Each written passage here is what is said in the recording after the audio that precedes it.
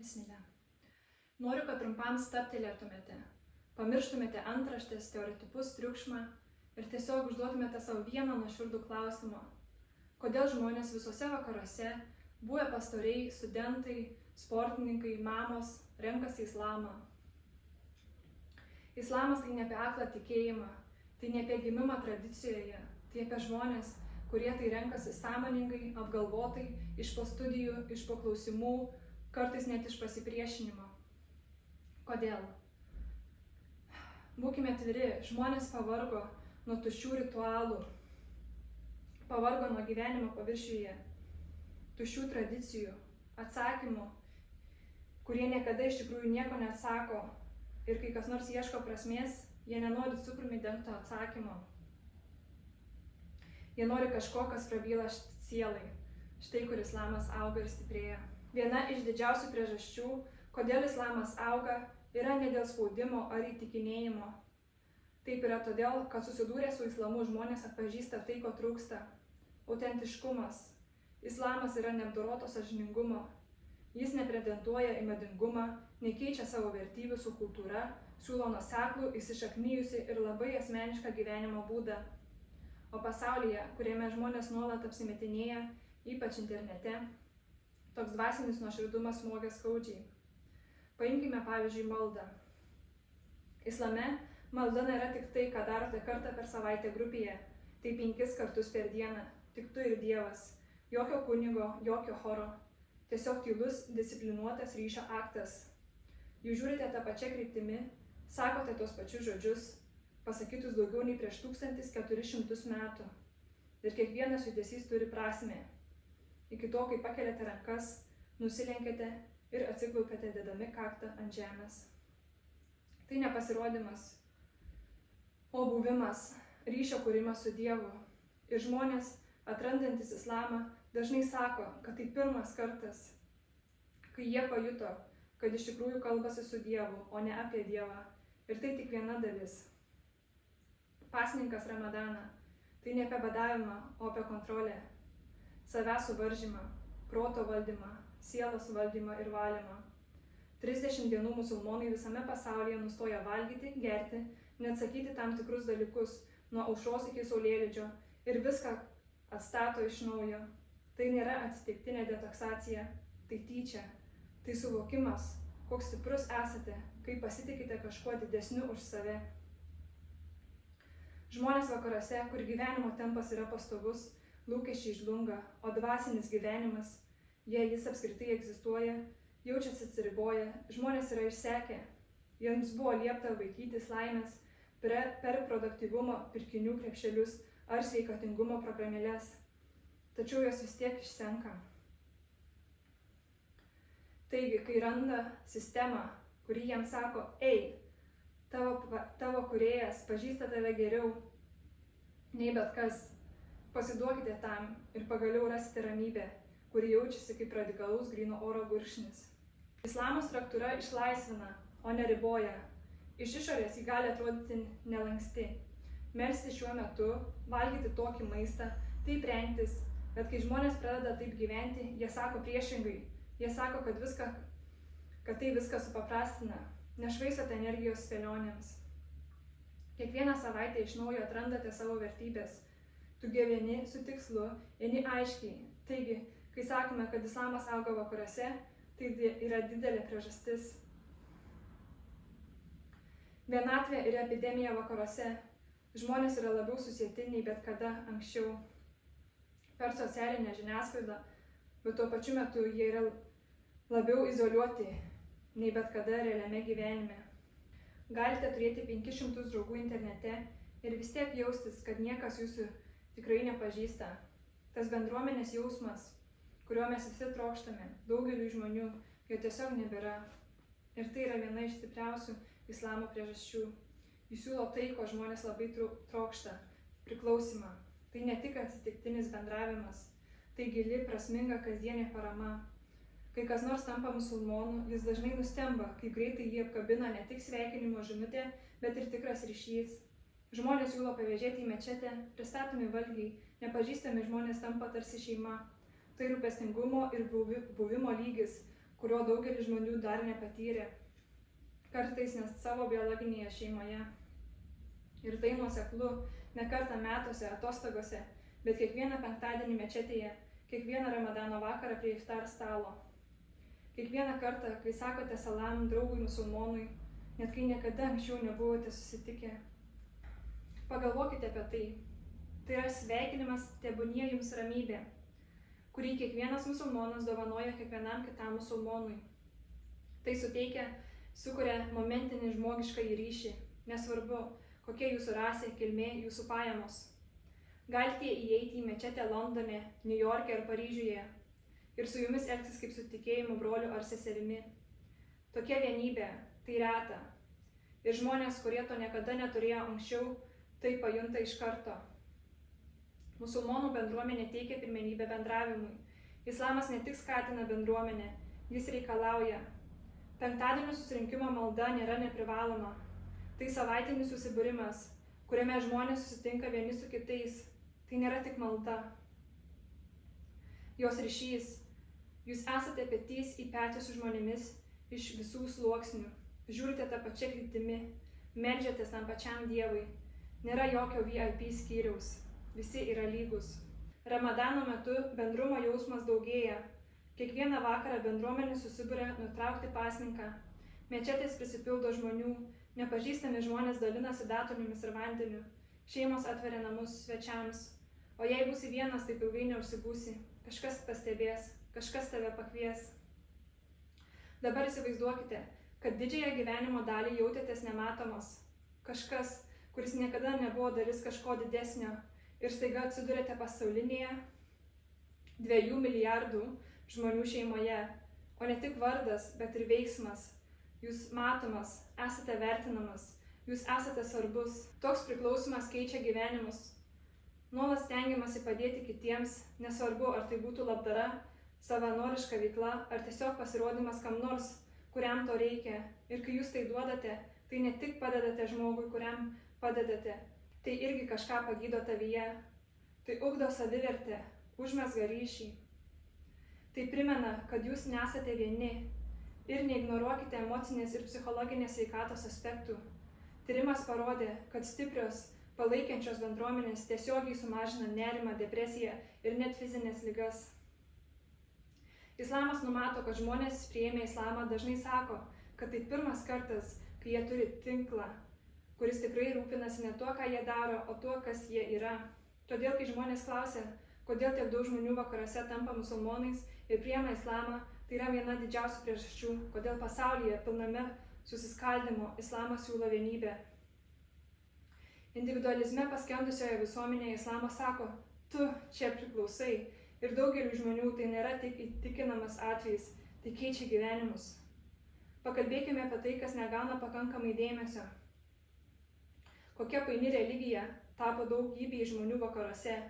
Daugeliui tai atrodo kaip didelis, sudėtingas galvosūkis, prieštaravimai šventajame rašte, besikeičiančios moralinės nuostatos, neaiški teologija, istoriniai pakeitimai ir neatsakyti klausimai. O kai nuoširdžiai ieškai tiesos, sumaištis išsenka. Pradedi svarstyti, ar ten yra kas nors, kas turi prasmę. Islamas nesikeičia kas kelis dešimtmečius. Turi vieną žinią, vieną sistemą, vieną Dievą. Štai čia įsiveržia islamas. Tai yra didžiulė priežastis, kodėl ji taip greitai auga vakaruose. Teologija yra aiški, paprasta, nekintanti ir giliai logiška.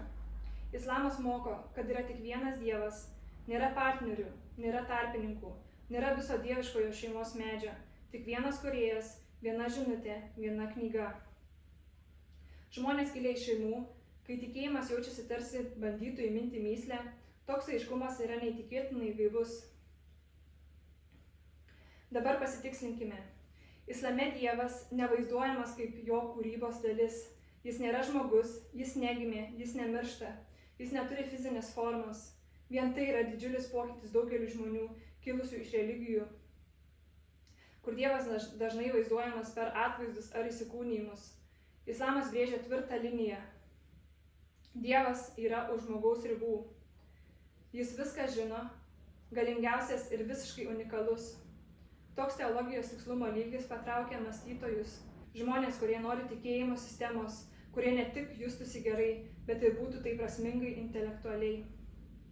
Ir štai kas nuostabu, pagrindinė islamo žinia niekada nepasikeitė nuo pranašo Mohamedo, tebūnie taika ir ramybė jam, laikų, daugiau nei prieš 1400 metų, tie patys žodžiai, ta pati knyga. Koranas buvo išsaugotas raidė po raidės, jokių papildymų, pataisimų, nuredagavimo iš šiuolaikinės kultūros. Pasaulyje, kuriame beveik viskas yra diskutuojama, toks nuoseklumas išsiskiria. Pats Koranas kviečia tokį tyrimą. Tai nesako tiesiog tikėk, tai sako apmąstyk, klausk. Dievas tiesioginė prasme meta iššūkį skaitytojui. Tai ne apie aklą paklusnumą, o apie sąmoningą supratimą. Tai yra tai, kas patinka daugeliui vakarų žmonių, kurie iš prigimties yra skeptiški. Jie neieško tradicijos, jie ieško tiesos, o islamas leidžia jiems giliai ir kritiškai apie tai mąstyti. Štai kodėl tiek daug priėmusių islamą jums pasakys, aš neieškojau religijos, o ieškojau atsakymų. Ir jie rado atsakymus, ne tik iš emocijos ar spaudimo, o studijuodami. Jie skaitė Koraną, tyrinėjo pranašo gyvenimą, uždavinėjo sunkius klausimus ir tai, ką jie atrado, buvo tikėjimo sistema, kuri išlieka, išnagrinėjus kruopščiai, ne tik dvasiškai, bet ir intelektualiai, morališkai ir moksliškai. Pakalbėkime apie kasdienį gyvenimą. Islamas ne tik suteikia jums tikėjimą, bet ir suteikia jums planą. Jame pasakojama, kaip elgtis su tėvais, kaip elgtis su pinigais, kaip užmegzti santykius, kaip išvalyti širdį. Jis apima visą žmogaus patirties spektrą. Nekontroliuojančių vadų, bet taip, kaip sakoma, štai kelias, jei nori ramybės, nereikia spėlioti. Vakarų kultūra sukūrė savo tapatybę aplink individualizmą. Tu daryk tu, gyvenk savo tiesą, siek savo svajonių. Ir taip, popieriuje tai skamba galingai. Tai tampa sunku, kai nuolat lyginate save filtruotomis kitų žmonių gyvenimo versijomis socialinėje žiniasklaidoje. Tai tampa išsekusiu spaudimu būti produktyviam, patraukliam, būti sėkmingam. Ir tai be perstojo. Žmonės perdega bandydami gyventi geriausią gyvenimą ir daugelis tyliai klausia, kodėl, kokia viso to prasmė. Ten, kur islamas patenka į paveikslą, ne kaip tendencija ar pabėgimas, o kaip tikra alternatyva. Islamas jums nesako, apibrėžkite savo tiesą. Tai suteikia jums tiesą, kuri buvo išbandyta ir saugoma daugiau nei 1400 metų. Tai neprašo jūsų siekti kito didelio dalyko. Ji prašo sulėtinti tempą, apmąstyti ir prisijungti prie savo kūrėjo. O žmonėms, kurie buvo įstrigę vartojimo, slinkimo ir lyginimo cikle, tai ne tik patrauklu, bet ir išlaisvina. Islamas apverčia scenarijų. Užuot siekia statuso, jis prašo siekti nuoširdumo, o ne garbinti savo troškimus, moko disciplinos.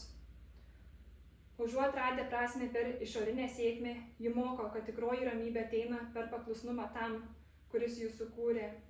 Ir čia yra kažkas svarbaus. Islamas nežada tobulo gyvenimo, jis neparduoda kažkokios nuolatinės laimės fantazijos. To, ką jis siūlo, savo tikslo ir būtent to tiek daug žmonių vakaruose alksta. Ne daugiau komforto, ne daugiau dopamino. Tikslas, priežastis pabusti, priežastis kentėti, priežastis gyventi su ketinimu. Islamas tai suteikia aiškumo ir gilumo. Vakaruose matai daug priėmusių islamą sakančių tą patį. Turėjau viską, turėjau darbą, butą, draugus, vakarėlius, bet vis tiek jaučiausi tuščias. Jiems dalykų netrūko, jiems trūko krypties, o susidūrę su islamu jie rado kažką, kas pramušė visą triukšmą. Tikėjimas, kuris nebuvo pagrįstas tendencijomis ar politika, gyvenimo sistema, kuris suteikia struktūrą, prasmę ir orumą, kažkas, kas pagaliau įgavo prasmę. Ir štai, ką daro jį dar galingesnį. Islamas kreipiasi ne tik į jūsų dvasinę pusę. Tai integruoja kiekvieną jūsų gyvenimo dalį, suteikia jums tvarkaraštį. Tai suteikia jums moralinės ribas, finansinę etiką, santykių patarimus, netgi emocinę discipliną ir būtent to žmonės šiuo metu ieško. Gyvenimo, kuris nėra chaotiškas, o vientisas. Gyvenimas, kur jūsų siela, jūsų įpročiai ir vertybės yra suderintos. Islamas auga, ne todėl, kad tai lengva, o todėl, kad tai tikra. Jis siūlo aiškumą, o ne sumaištį, struktūrą, o ne chaosą, tikslą, o ne malonumą.